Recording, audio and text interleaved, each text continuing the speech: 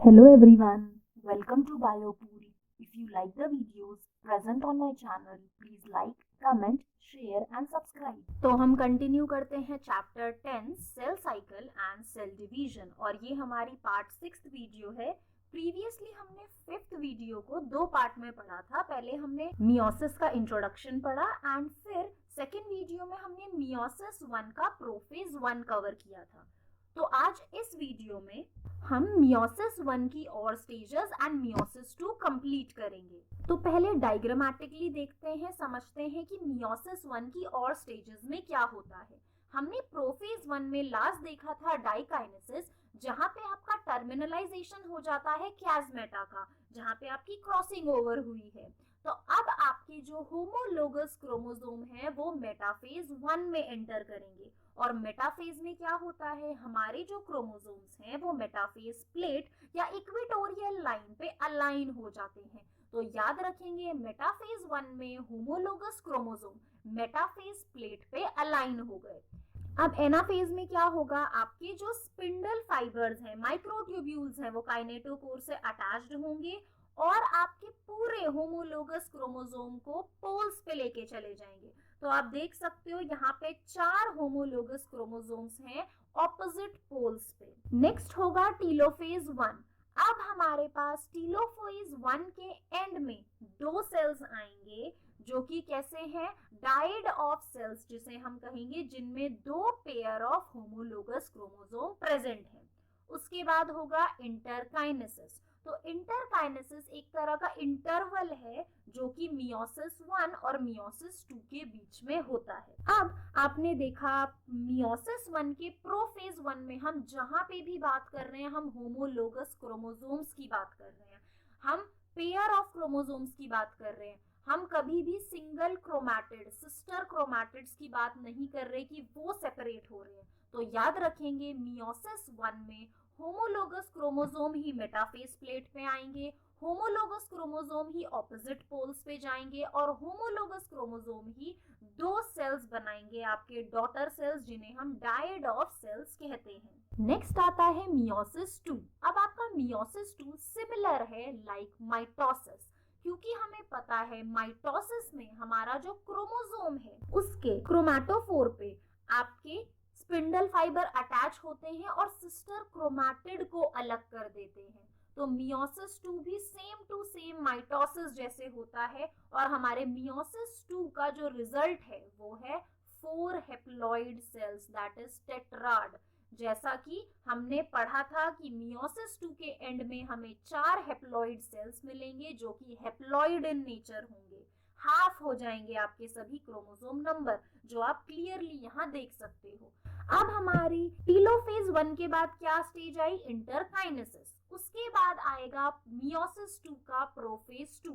तो सेम वही चीजें होंगी जो प्रोफेज में होती हैं, न्यूक्लियोलस डिसअपियर होगा, न्यूक्लियर मेम्ब्रेन डिसअपियर होगी, क्रोमोसोम कॉम्पैक्ट होने लगेंगे, कंडेंसेशन होगी। अब आपको proper egg shaped chromosomes, homologous chromosomes दिखेंगे। अब नेक्स्ट चीज जो यहाँ पे चेंज होगी, मेटाफेज 2। यहाँ पे आपके होमोलोगस क्रोमोसोम अलाइन हो गए सेंटर प्लेट पे, इक्वेटोरियल प्लेट, मेटाफेज प्लेट पे। अब माइक्रोट्यूब्यूल, आपके स्पिंडल फाइबर अटैच हो गए हैं उससे।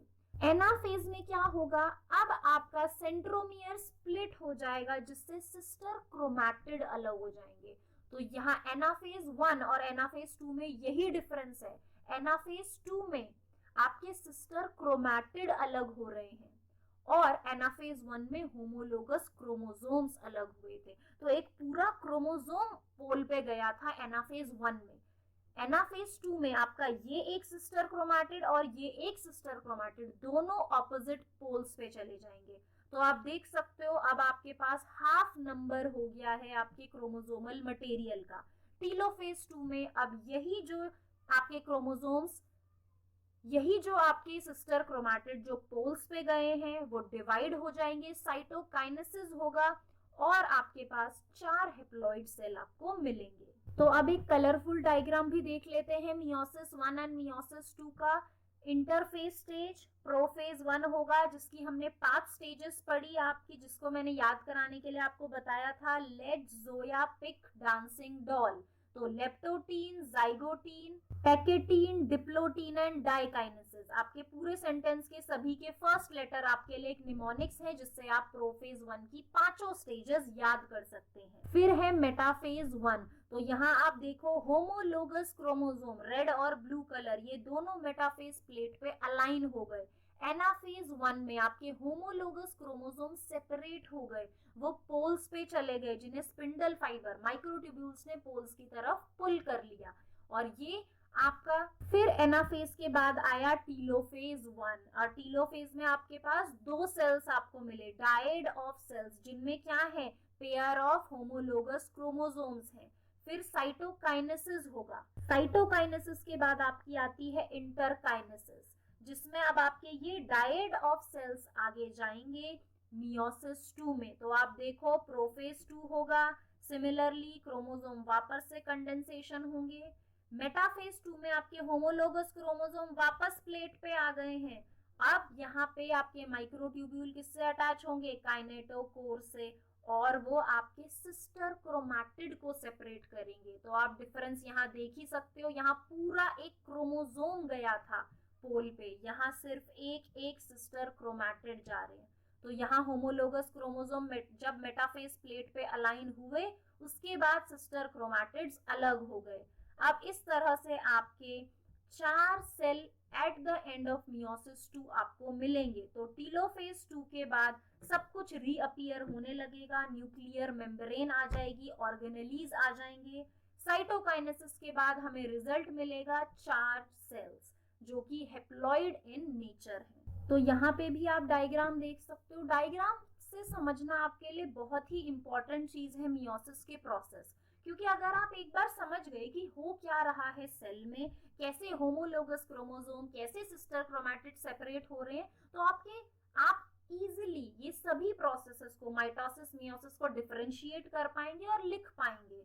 और इनके डायग्राम्स आपके लिए बहुत ज्यादा इंपॉर्टेंट है एग्जामिनेशन पॉइंट ऑफ व्यू से। और हर एक स्टेज की कैरेक्टरिस्टिक फीचर क्या है, एनाफेज 1 में क्या हो रहा है, मेटाफेज 1 में क्या हो रहा है, तो वो आपके लिए बहुत ज्यादा इंपॉर्टेंट है। अब हमने जो भी समझा उसे थ्योरेटिकली थोड़ा देख लेते हैं। मेटाफेज 1 में आपके जो बाइवेलेंट क्रोमोसोम, जो होमोलोगस क्रोमोसोम्स हैं, वो इक्वेटोरियल प्लेट पे आ गए, माइक्रोट्यूब्यूल उनसे अटैच हो गए, स्पिंडल फाइबर्स अटैच हो गए आपके होमोलोगस क्रोमोसोम से। एनाफेज 1 में होमोलोगस क्रोमोसोम्स जो हैं वो सेपरेट हो गए, बट आपके जो सिस्टर क्रोमैटिड्स हैं वो अभी भी अटैच्ड हैं, क्योंकि होमोलोगस क्रोमोसोम में आपके 2 सिस्टर क्रोमैटिड हैं, तो वो दोनों पोल्स पे चले गए। टीलोफेज 1 वही न्यूक्लियर मेम्ब्रेन वापस आने लगी, सब कुछ सिमिलर हो गया। साइटोकाइनेसिस होगा, डायड ऑफ सेल्स, 2 सेल्स मिलेंगे आपको जिनके अंदर pair of homologous chromosomes present है। इंटरकाइनेसिस नेक्स्ट स्टेज, ये क्या है आपकी interval stage, stage between 2 meiotic division. तो मियोसिस 1 और मियोसिस 2 के बीच में ये स्टेज होती है, शॉर्ट लिव्ड, बहुत ही थोड़े टाइम के लिए, और यहाँ पे कोई डीएनए रेप्लिकेशन नहीं हो रहा। मियोसिस 2 जो कि रिसेंबल करता है माइटोसिस से। और क्यों मियोसिस 2 माइटोसिस से रिसेंबल करता है, क्योंकि यहाँ पे अब कोई फर्दर डिवीजन नहीं हो रहा आपके डीएनए का। यहाँ पे जैसे हमने मियोसिस 1 में देखा आपका पूरा क्रॉसिंग ओवर, ये सब चीजें वैसी कुछ भी नहीं हो रही हैं। तो यहाँ सिंपल सेल डिवीजन होगा, कैरियोकाइनेसिस एंड साइटोकाइनेसिस। तो प्रोफेज 1 वही सेम चीजें, आपके न्यूक्लियर डिसअपियर हो रहे हैं, क्रोमोसोम वापस कॉम्पैक्ट हो गए। मेटाफेज 2 में सारे क्रोमोसोम, आपके होमोलोगस क्रोमोसोम कहाँ आ गए, मेटाफेज प्लेट पे। और अब आपके जो माइक्रोट्यूब्यूल हैं वो अटैच हो गए काइनेटोकोर ऑफ सिस्टर क्रोमैटिड। ध्यान रखेंगे यहाँ पे, वहां हम होमोलोगस क्रोमोसोम लिख रहे थे। एनाफेज 2 में अब आपके सिस्टर क्रोमैटिड स्प्लिट हो जाएंगे, अलग अलग हो जाएंगे, पोल्स पे चले जाएंगे, सेंट्रोमियर की स्प्लिटिंग हो जाएगी। टीलोफेज में आपको 4 सेल मिलेंगे जिनमें न्यूक्लियर एनवेलप डेवलप होगी, और आफ्टर साइटोकाइनेसिस हमारे पास tetrad of cells, 4 haploid cells हमें at the end of meiosis 2 obtained होंगे। Last is what is the significance of meiosis, क्यों मियोसिस होना चाहिए, क्योंकि फॉर्मेशन ऑफ गेमीट्स के लिए हमें इंपॉर्टेंट है। इन सेक्सुअली रिप्रोड्यूसिंग ऑर्गेनिज्म, अगर आप सोचो हमारे स्पर्म और ओवम में भी 46 क्रोमोसोम हो, 23 पेयर हो, तो जब उनका फ्यूजन होगा, जब एक जाइगोट बनेगा तो 46 प्लस होके तो एक नया ही ऑर्गेनिज्म कुछ डायनासोर जैसे बन जाएगा, क्योंकि आपके पास जो ऑर्गेनिज्म है उसका क्रोमोसोम नंबर, उसका जो जेनेटिक पूल है वही चेंज हो गया, तो वो ह्यूमन थोड़ी ना रह जाएगा, वो कुछ एलियन टाइप बन जाएगा। तो इसीलिए आपको इम्पोर्टेंट है मियोसिस होना, ठीक है, जेनेटिक वेरिएबिलिटी लाना, variation because of meiosis, because of crossing over, recombination, हमें वेरिएशन आते हैं, जो मैंने आपको पहले भी बताया कि हम अपने पेरेंट से सिमिलर हैं, हम सिमिलैरिटी शेयर करते हैं, बट हम अपने पेरेंट के क्लोन्स नहीं है बिकॉज ऑफ दिस वेरिएशन। और ये वेरिएशन बहुत ज्यादा इंपॉर्टेंट है इवोल्यूशन के लिए, जो आप 12th में भी पढ़ेंगे।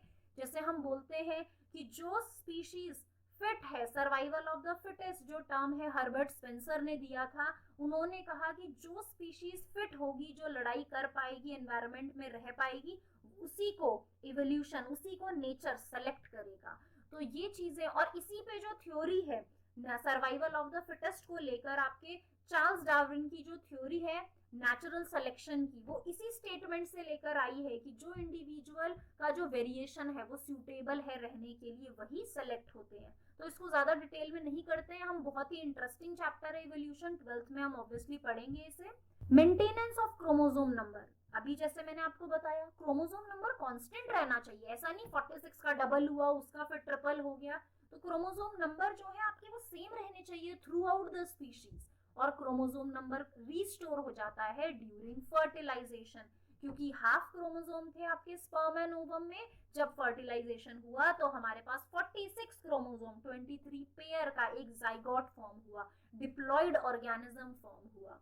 तो इस तरह से मियोसिस एक बहुत इंपॉर्टेंट प्रोसेस है in all the sexually reproducing organism for creating variation, maintenance of chromosome number and to restore the chromosome number by the fertilization of gametes। तो इसके साथ हमारा cell cycle and cell division का chapter पूरा complete होता है। अगर आपने इसकी 6 वीडियोस नहीं देखी है तो आप चैनल पे इस चैप्टर की प्लेलिस्ट में से देख सकते हैं और अपने सारे कॉन्सेप्ट क्लियर कर सकते हैं। माइटोसिस एंड मियोसिस बहुत ही इंपॉर्टेंट प्रोसेस है आपके थ्योरेटिकल पॉइंट ऑफ व्यू और नीट पॉइंट ऑफ व्यू से। इस वीडियो के नोट्स आपको मिलेंगे बायोपूल के टेलीग्राम चैनल पे और इसका लिंक आपके लिए नीचे डिस्क्रिप्शन बॉक्स में है। If you like the videos, please like, comment, share and subscribe. Thank you for watching the video.